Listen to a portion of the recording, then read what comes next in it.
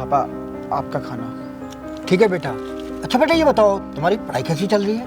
अरे यार आजकल लेक्चर लेके मेरा दिमाग खराब हो गया कसम से। सही कह रही डेलिशा, अच्छा हुआ हम आ गए। हाँ। ओए वो देख, वो तो रिक्की है ना? अरे हाँ ये तो रिक्की है, पर ये रिक्शा वाले को ये क्या कर रहा है? कहीं ये इसका बाप तो नहीं जिसे खाना दे रहा है? अरे हाँ लगता है ये रिक्शा वाला इसका बाप ही है। पर मुझे एक बात समझ में नहीं आ रही, जब ये एक रिक्शे वाले की औलाद है तो ये इतने बड़े कॉलेज में हमारे साथ कर क्या रहा है? इसने एडमिशन कैसे ले लिया? वही तो। पापा पढ़ाई तो ठीक चल रही है, लेकिन आप मुझे एक बात बताओ, आप ऐसे धूप में कैसे काम करते हैं? मुझे ना बिल्कुल अच्छा नहीं लगता आप ऐसे काम करते हैं धूप में। पापा मत किया कीजिए ना आप ये काम। बेटा कोई भी काम छोटा बड़ा नहीं होता, रिक्शा चलाने में भी कोई बुराई नहीं है। अब तुम ही सोचो बेटा कि ये जो मैं काम करता हूँ इससे जो कमाता हूँ उससे हमारा घर चलता है, तुम्हारी पढ़ाई के सारे खर्चे निकलते हैं। सोचो अगर मैं ये काम नहीं करूँगा तो घर कैसे चलेगा, परिवार की जिम्मेदारियाँ कैसे निभा पाऊंगा मैं? और सबसे बड़ी बात तो तुम्हारी पढ़ाई है ना, तो पढ़ लिख के काबिल बनना है। अगर मैं ये काम नहीं करता ना बेटा तो तुम्हारी पढ़ाई लिखाई नहीं हो पाती। तुम्हारी माँ के गुजर जाने के बाद मैंने रिक्शा चलाकर ही तुम्हारी परवरिश की और तुम्हें पढ़ाया लिखाया। मैं खुद तो काबिल नहीं बन पाया, लेकिन मैं चाहता हूँ कि तुम पढ़ लिख कर बड़ा आदमी बनो। अरे जो मैं सपने अपने पूरे नहीं कर सका, मैं तुम्हारे सपने पूरे होते हुए देखना चाहता हूँ बेटा। मैं चाहता हूँ कि तुम अपनी पढ़ाई पर ध्यान दो बस, बाकी घर चलाने की जिम्मेदारी मैं उससे पूरी कर लूँगा। तुम्हें कामयाब करने के लिए ना मैं जो बन सकता है मैं करूँगा, हर कीमत पर मैं तुम्हें कामयाब देखना चाहता हूँ बेटा। पापा आप टेंशन मत लीजिए, मेरी बहुत जल्द नौकरी लगने वाली है और जैसी मेरी नौकरी लगेगी ना मेरे को सरकारी क्वार्टर मिल जाएगा और उसके बाद फिर मैं आपको कभी काम करने नहीं दूंगा। मैं आपको अपने पास वहीं बुला लूँगा, आप मेरे साथ रहना। पापा आपको जितना रिक्शा चलाना था आपने चला लिया, हम मैं आपको और रिक्शा चलाते हुए देखना नहीं चाहता। मैं आपको एक सुकून भरी ज़िंदगी जीते हुए देखना चाहता हूँ। आपको जितनी मेहनत करनी थी मेरे लिए आपने कर ली, हम मेहनत करने की बारी मेरी है। अच्छा ठीक है, तुम्हें कोचिंग के लिए देर हो जाएगी, जल्दी जाओ। जी पापा आप अपना ध्यान रखना। ठीक है बेटा। ओए रिक्की इधर आ। इधर आइयो। ओए तू रिक्शे वाले के पास क्या कर रहा था?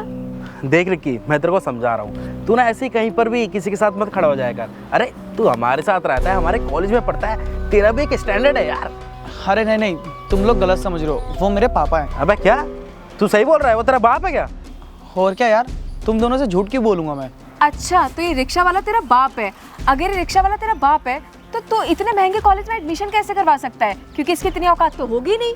वो तो यार मुझे स्कॉलरशिप की वजह से मिल गया। वो क्या है ना, स्कूल में मेरे मार्क्स बहुत अच्छे थे इस वजह से।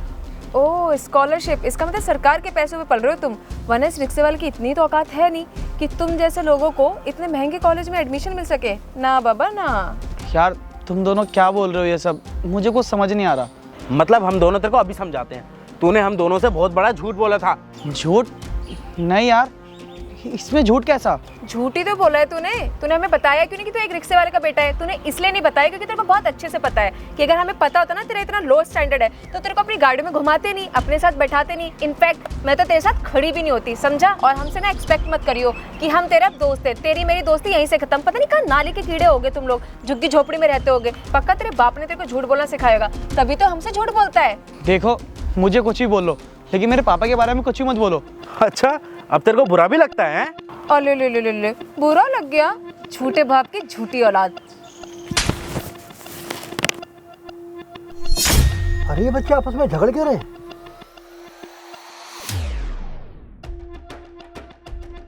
तेरी इतनी औकात की तूने मेरे को थप्पड़ मारा।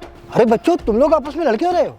अरे ओ बुड्ढे, ये सब ना तेरी वजह से हुआ है। जब तेरे को पता है तू रिक्शे वाला था, इसे भी रिक्शा वाला बनाता ना। इसकी औकात नहीं थी हम लोगों के साथ घूमने फिरने की। क्यों इसका एडमिशन एक बड़े कॉलेज में करवाया, तभी इतना उछल रहा है ये।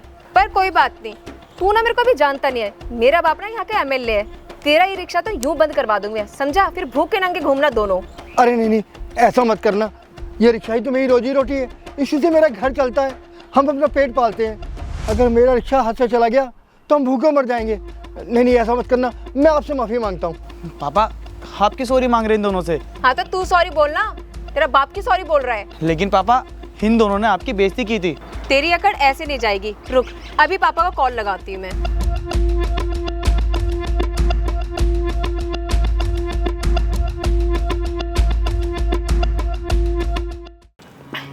क्यों मिल गया सबक तेरे को? तेरी गलती की सजा तेरे बाप को भुगतनी पड़ रही है। अगर तूने उस दिन मेरे पैर पकड़ के माफी मांग ली होती ना तो आज तुम दोनों के साथ सड़क पे नहीं बैठना पड़ता। सही कह रही है डेलिशा तो बिल्कुल। आज अपने बेटे के घमंड की वजह से ना आज बेचारा ये बुड्ढा भी पिस रहा है। ये बेचारा बुड्ढा यहाँ पर रिक्शा चला के 200-400 रुपये तो कमा ही लेता होगा, लेकिन अब तो उन 200-400 रुपये से भी ये बेचारा हाथ धो बैठा। क्यों अच्छा लग रहा है अपने बाप को इस तरीके से देखते हुए? देख कैसा लाचार बैठा हुआ है। और डेलिशा तूने जो भी किया ना वो बहुत अच्छा किया, ये दोनों इसी के लायक थे।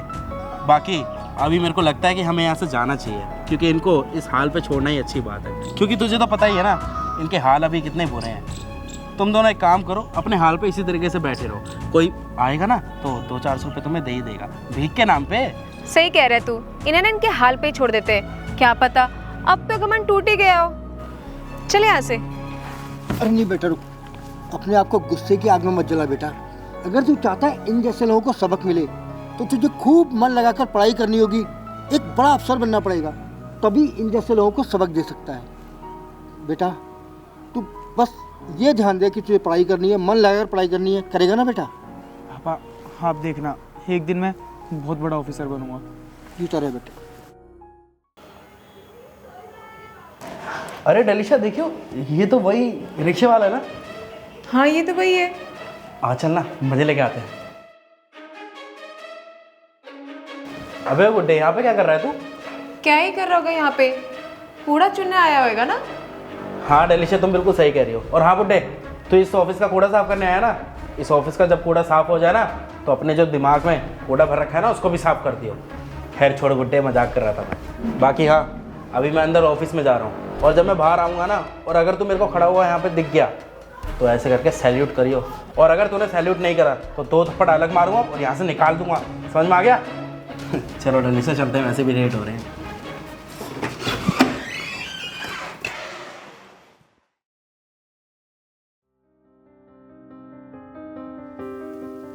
तू यहाँ क्या कर रहा है? मतलब आप यहाँ क्या कर रहे हैं? तुम लोग यही सोच रहे होगे ना कि मैं यहाँ पर कैसे पहुँचा।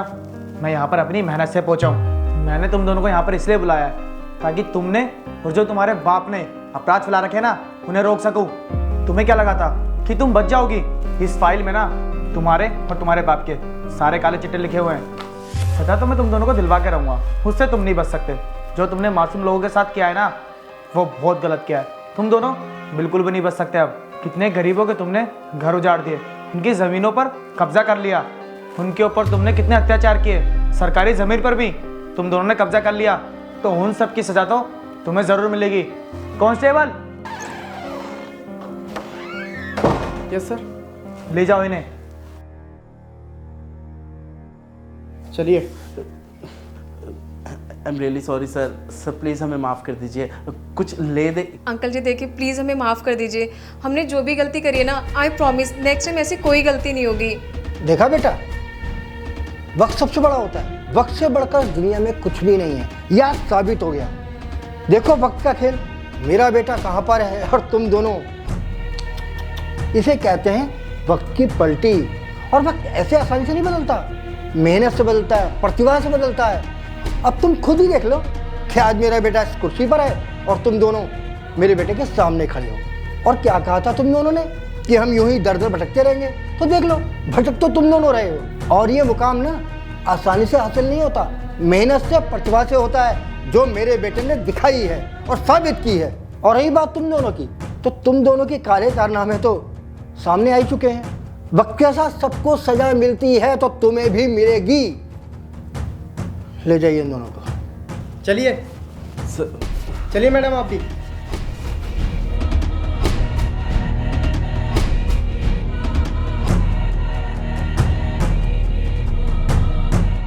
हाय गाइस, कैसे हैं आप लोग? उम्मीद करता हूँ वीडियो आपको पसंद आई होगी, क्योंकि जो हमारी वीडियो बनाने का मकसद होता है वो यही होता है कि हम समाज के अंदर एक पॉजिटिव मैसेज के साथ में वीडियो बनाएं ताकि जागरूकता आए।